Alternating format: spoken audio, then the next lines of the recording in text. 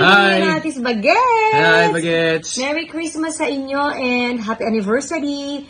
Sana magkita-kita tayo soon. Thank you very much for everything. Please stay safe. See you soon.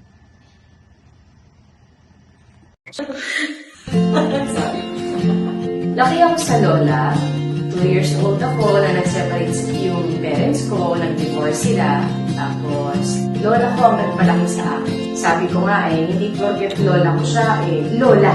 Para sa akin, isa kasi siya sa tinuloy ko talagang nanay ko. Na masasabi ko siya yung puso ng tahanan. Kung wala siya, hindi ko alam kung anong meron ako ngayon. Kasi sa kanya ko rin natutunan yung determinasyon sa buhay na walang pag-give up. Pag gusto mo, kaya mo, gawa mo ng paraan. At saka nandyan dapat yung pananalig sa Panginoon. Kasi nandyan sa puso mo, ang pananampalataya mo, pag-iniwala mo sa sarili mo at mga tao na nasa paligid mo at nagmamahal sa'yo, kakayanin mo yan. Masasabi ko na yung pamilya na hindi man ako lumaki sa kanila, masasabi ko na masaya ako sa kinalagasan. Na inalagaan ako ng nanay, tapos bumalik si mama, naging close kami, at the same time, nakapunta kami ng asawa ko sa Spain, nadalaw namin siya. Sa totoo nga ngayon talaga masasabi ko na more than nanay at anak, talagang malalim yung pagmamahala namin. Parang nandun kami sa mga literal na para mag-best friend, na kinukwento ko sa kanya mga pagkakataon na gusto mong i-share. So, ganun. Ang saya pala kapag kahit hindi mo sabihin nasa isang bubong, ang mahalaga yung komunikasyon, yung connection sa isa't isa, at kahit na hindi kayo madalas magkita, alam mong nasa puso at isip mo na mahal ka nila. At yun ang mahalaga para sa akin. Siyempre, nasa isip ko, unang-una yung anak ko. Kasi 4 years old. Ano ba ang pwede kong i-offer sa kanya para hindi siya mainip sa bahay? Ano ang pwede kong ihain sa pamilya ko, sa asawa ko para kainin niya araw-araw? Sa mga kasambahay namin, paano ko ma-extend kung anong concern ko sa pamilya ko at sa kanila? So bilang nanay, iniisip ko araw-araw, ano bang gagawin ko? So andun yung task ko.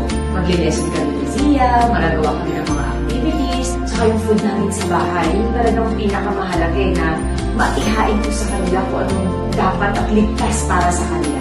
Pero syempre, ang pinakamahalaga sa lahat ay yung teamwork na tinatawag. May to kasi dong na gagawin, meron ako, meron si Zia, kasi sa totoo lang, hindi ko naman kayang gawin lahat. Sa lahat ng mga nanay, maraming salamat sa pag-aalaga at pagmamahal niyo sa inyong pamilya. Nakakalungkot lang isipin na may ganito tayong hinaharap na problema ngayon. Pero ang mahalaga, kailangan we stay strong together. Sa halip na maramdaman natin na nag-iisa tayo sa ating mga tahanan, baka mas magandang kahit through social media, maaari pa rin natin masandalan at ma-inspire ang isa't isa.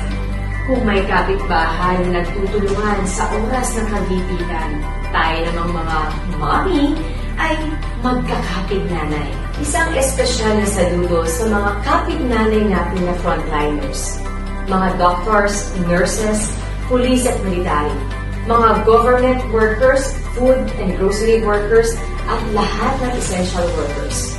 At sa mga daddies, ates, at kuyas, mga titos, titas, lolos at lolas na nagpapakananay sa mga tahanan ito upang subukang punan ang puwang habang naglilingkod si nanay.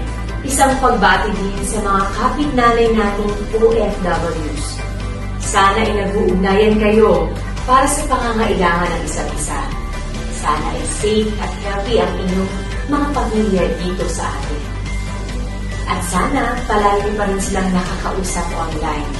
Hindi nyo man makasama ang mga mahal niyo sa buhay in person, dagat man ang pagitan. Siguradong damang-dama pa rin ng buong mag-anak ang inyong pagkalit. Hindi magiging madali pero malalagpasan natin ang pagsubok. Kaya natin ito dahil magtutulungan tayo. Mabuhay ang mga kapit-nanay!